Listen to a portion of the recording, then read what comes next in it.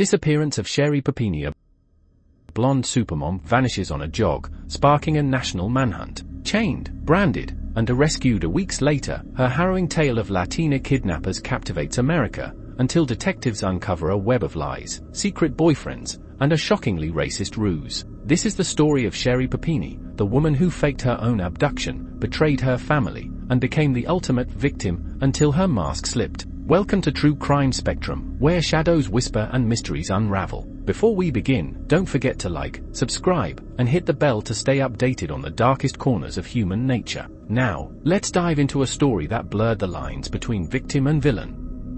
Redding, California, a town nestled in the shadow of Mount Shasta, where the American dream still flickers in picket-fenced yards and Friday night football games. Here, in 2016, Sherri Papini was the embodiment of that dream. A blonde, blue-eyed mother of two, her Instagram feed a kaleidoscope of pumpkin patches, handmade crafts, and sunlit smiles. But behind the filters and hashtags, cracks spiderwebbed through her porcelain-perfect life. Sherri's childhood in Redding was a tapestry of contradictions. Her mother, Loretta, a devout Christian with a penchant for dramatic storytelling, once claimed a near-death experience during childbirth. Her father, Richard, a stoic mechanic, buried his emotions under layers of grease and silence. Friends recall Sherri as a chameleon, a cheerleader who could morph from bubbly to brooding in seconds. At 16, she staged her first disappearance, scribbling "Help me" on her arm and claiming strangers tried to kidnap her. Authorities dismissed it as a cry for attention, but for Sherri, the rush of being the center of a rescue mission was addictive.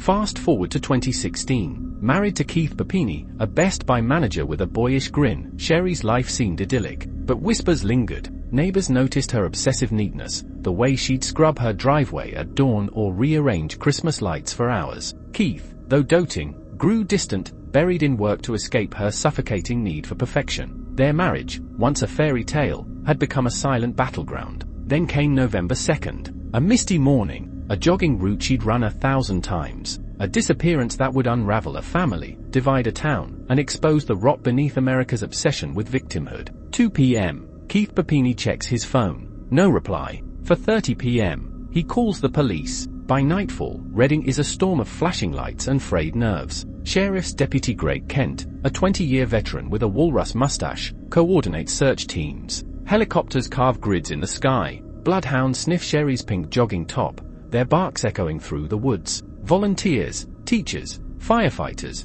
retirees scoured ditches and drainage pipes. Find Sherri. Yard signs bloom like wildflowers, but clues are scarce. Her iPhone, found near mile marker 17, shows no signs of struggle. The earbuds, tangled in a strand of her hair, suggest a sudden snatch. Yet there's no blood, no tire marks, no witnesses, just eerie silence. Enter Suzanne Bradley, Sherri's sharp-tongued sister. She storms into the sheriff's office, slamming a yearbook on Deputy Kent's desk. "Look at this," she demands. Page 87, a teenage Sherri, grinning beside a handwritten note. "I'll make them notice me." Suzanne reveals Sherri's history of fabricated crises, fainting spells, fake allergies, even a phantom pregnancy. "She's done this before," Suzanne hisses. "She's doing it again." But Keith refuses to believe it. Cameras capture his raw, trembling press conferences. "She's out there. My wife is out there." The media devours his grief. Nancy Grace brands Sherri America's daughter, while Reddit's true crime junkies spin theories of sex trafficking and cults. GoFundMe donations hit 50,000, then 50,000, then 100,000, then $250,000. Meanwhile, 500 miles south, in Costa Mesa, a man named James Reyes watches the chaos unfold on TV. Sweat beads on his brow. Sherri's face, pale, pleading, stares back from the screen. He knows her, intimately, and he knows this, the truth, if it surfaces, will destroy them both.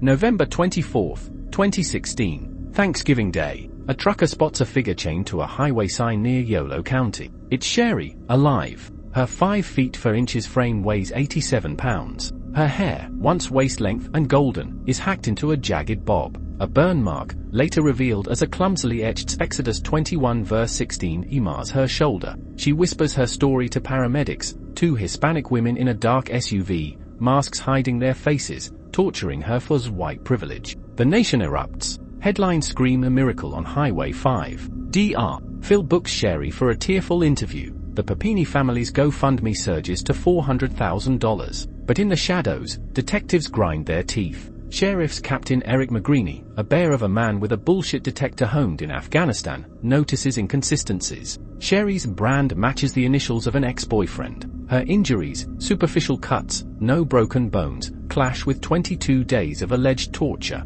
And then there's the DNA. Forensic analyst Lisa Tran isolates a male profile from Sherri's clothing. It leads to James Reyes, a 38-year-old Michigan native with a rap sheet for petty theft. Reyes cracks under interrogation. He and Sherri had rekindled a secret romance in 2015, swapping 15,000 texts in 6 months. She wanted to disappear, he admits, to make Keith suffer.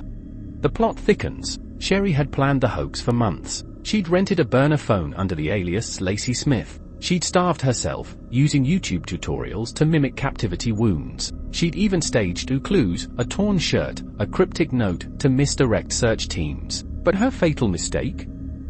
Underestimating digital forensics, FBI agent Maria Cortez traces Sherri's iPhone pings to Reyes' apartment, unraveling the web. As the truth leaks, Redding fractures. Suzanne Bradley slams Keith on Facebook. I told you she was lying. Volunteers demand refunds. The Hispanic community, vilified by Sherri's racist fiction, stages protests outside the courthouse. And Keith? He collapses in his garage, sobbing into a crumpled, "Find Sherri a t-shirt."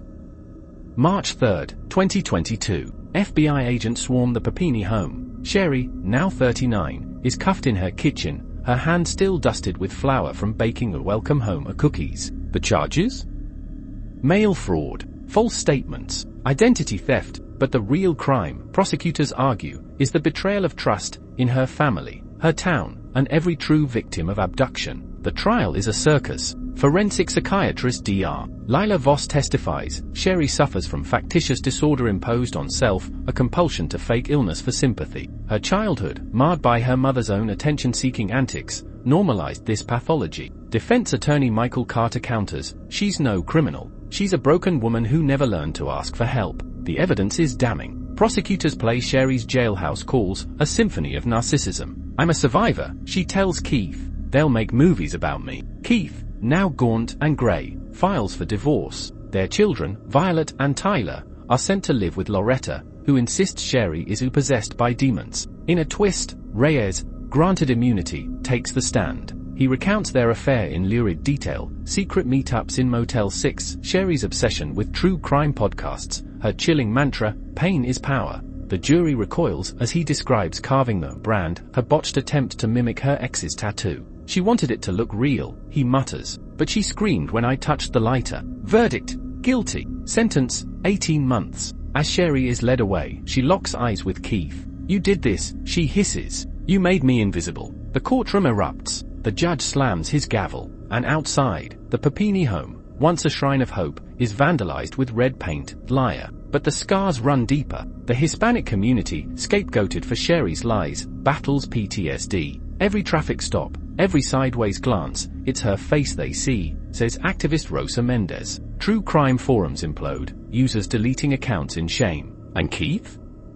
He vanishes, resurfacing in Idaho under a new name, his voice forever haunted by the question, did I ever really know her?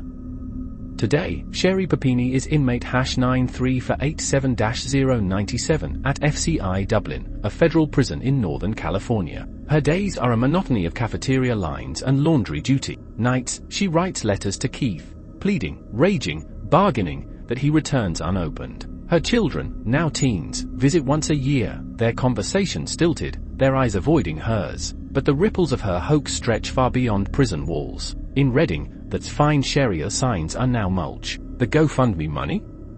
Repurposed for a Latino youth center. True crime addicts dissect her case in YouTube essays titled The Girl Who Cried Kidnapping. And in Washington, lawmakers draft Papini laws, stricter penalties for false reports, named in her dictionary. Psychologists warn of Sherri syndrome, a cultural contagion where victimhood becomes currency. We're all performers now, says sociologist Dr. Elijah Grant. Social media, reality TV, Sherri just took the script to its extreme. Yet in the quietest hours, when the prison lights dim, Sherri scribbles in a journal. I'm not the monster they think, she writes. I'm the mirror. And perhaps she's right. In her reflection, we see our complicity, our lust for drama, Our bias toward pretty white victims, our willingness to burn witches without checking for kindling. As the moon rises over Mount Shasta, a new jogger laces her shoes on Sunrise Drive. She pauses, eyeing the woods where Sherri's phone once lay. Then she runs, faster, harder, as if fleeing the ghost of a lie that still haunts us all. How did she fool the FBI? Why target an entire community? And what drove her to burn her own life to ashes? Subscribe to True Crime Spectrum for the darkest stories, deepest twists, and the truth that lurks behind the lies.